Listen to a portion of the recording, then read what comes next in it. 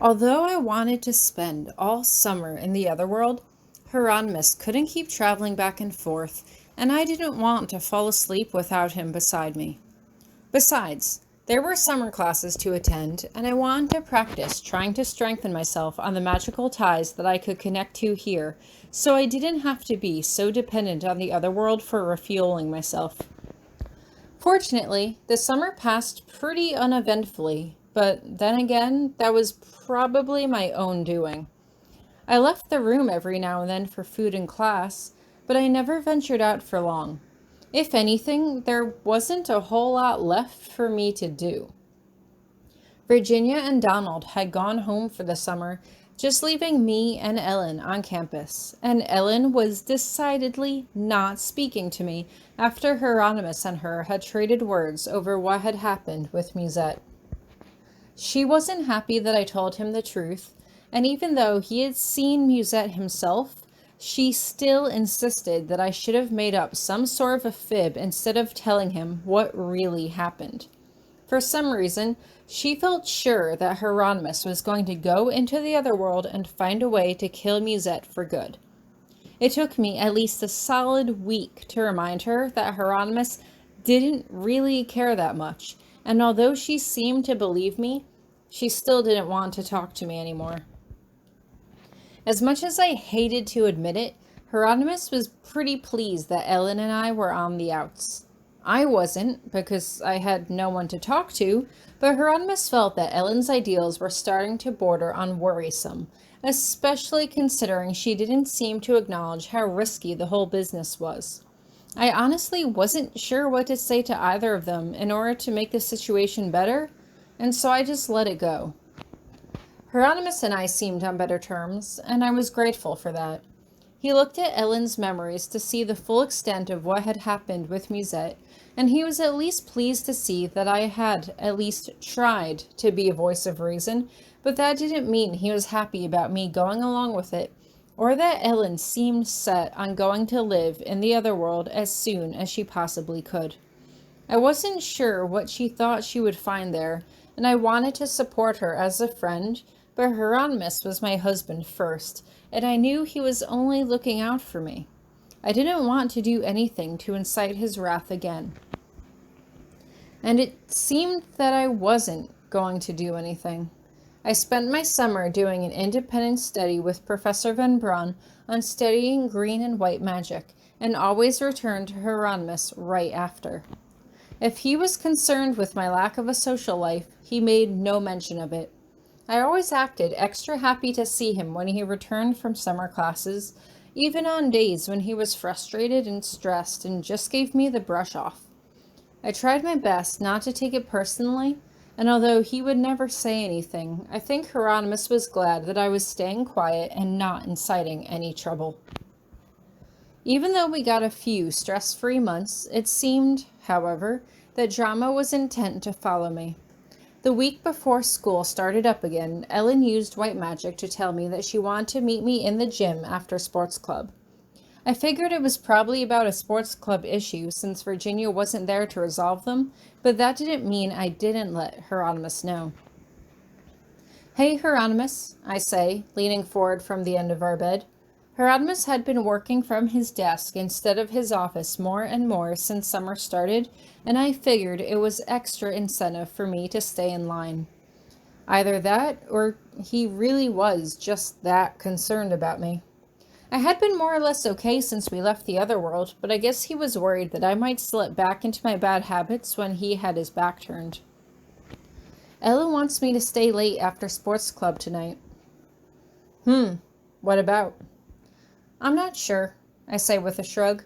"Probably a sports club thing since Virginia isn't here. Last week, the debate between magic versus no magic sports got pretty heated, and you know how Ellen hates confrontation." "Is it okay?" I ask, rocking back and forth on my heels like a little kid. "If I'm home a little bit later today?" "Tori, you don't need to ask my permission to go out with your friends." He sighs as he stops what he's doing to turn around to look at me. "I know that you want to work on building back the trust we lost last spring, but you don't need to keep asking my permission for everything." I don't ask your permission for everything. Tori, last week you asked my permission to go to the cafeteria to get food because you were hungry. He raises an eyebrow, and I just sigh as I sit back, letting my hair fall in front of my face. It still hurts, I tell him honestly. I know how badly I screwed up last time, and I can still, feel it inside of me. It's hard to explain, but I still feel upset, and I don't know how to fix it. I feel a bit better when we go to the other world, but then we come back here, and I feel guilty all over again. I just want us to be okay, but if it's annoying you, I'll stop.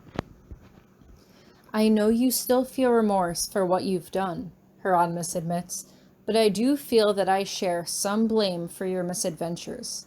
I should have followed you to see what you were up to. I was worried about what you were doing and who you were with, but at no time did I ever make a considerable effort to explore the extent of your late-night excursions. But that's not your fault, I insist. You were just trying to respect my independence. Besides, I'm the one that made the mistake. I'm the one who never told you where I was going or what I was doing. You're my partner, not my parent.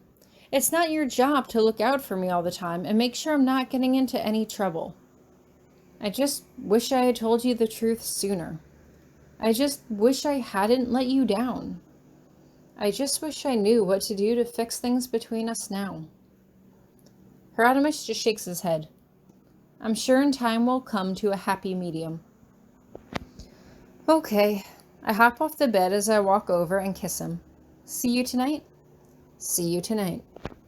I head over to sports club where we play non-magical soccer. Soccer seems to be everyone's favorite sport, whether there is magic involved or not, and so everyone seems in good spirits when the game ends and most people head off to the cafeteria to eat. Only Ellen and I hang back in the gym, but she seems reticent to talk to me until the last few stragglers have made their way outside. So, what's the big secret? I ask her. What do you want to talk to me about? I've been talking to Musette, Ellen says quietly, and I can't help but quirk up an eyebrow as I stare at her. But she's all the way in the other world, I begin. How is that even possible? I got a scrying orb into the other world, Ellen tells me. It lets me speak to her. I can't see her, but I can still hear her voice and what she's saying. Are we even allowed to have those on campus? I ask blankly. It's not technology, it's purely magical, Ellen insists. I know. But you stopped going to Professor Potsdam's classes. She told us all about scrying orbs that let you see in the other world. They need to be used carefully because you don't know who you're really talking to. They can be hijacked by demons who make you think you know who you're talking to, but they'll just lure you in and try to steal your soul. We got lucky that Musette really was who she said she was, but whoever you're talking to now may not really be her. It's Musette, Ellen insists. I spent too much time with her. I'd know if it was a demon trying to trick me. I cross my arms over my chest. And what did this Musette say to you? She wants us to come visit her, Ellen says, her excitement bubbling over. She taught me how to make a portal to the other world, similar to what Daniel did last year, so that none of the teachers will find out. I am not on board with this, I say immediately. You don't know that's Musette, and you know you're forbidden from entering the other world as a student. But it's not fair, Ellen says, stomping her foot on the ground as she crosses her arms over her chest. You can go. Daniel can go. Why can't I? Because we're both protected. I just stare at her in shock. Ellen was smart. Ellen knew this. Why was she doing this? Musette knows you will see her in a year. Seriously, just wait 1 more year. Then you can go into the other world and no one can stop you. But I don't want to wait 1 more year, Ellen insists. I want to go now. Musette is missing me. She's just as lonely as I am. Okay, so we'll hang out more, I tell her. You, me, and Virginia. We'll all hang out more, and we'll make time fly by so you don't miss Musette until it's time to see her. It's different with Musette, Ellen says softly. She's the only one who really understands how I think, how I feel. Then talk to me, I tell her. Help me to understand what you're going through. I clearly don't, but I want to. Ellen just shakes her head.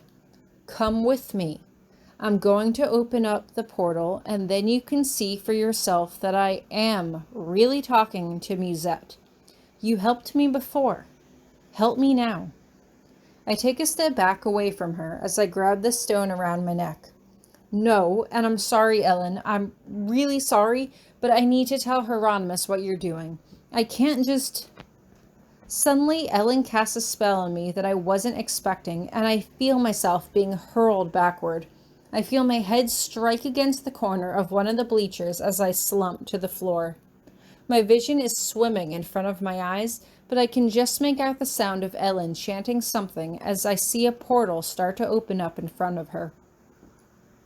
She doesn't even glance back at me as she steps through, and I let my eyes shut as my vision slowly fades to black.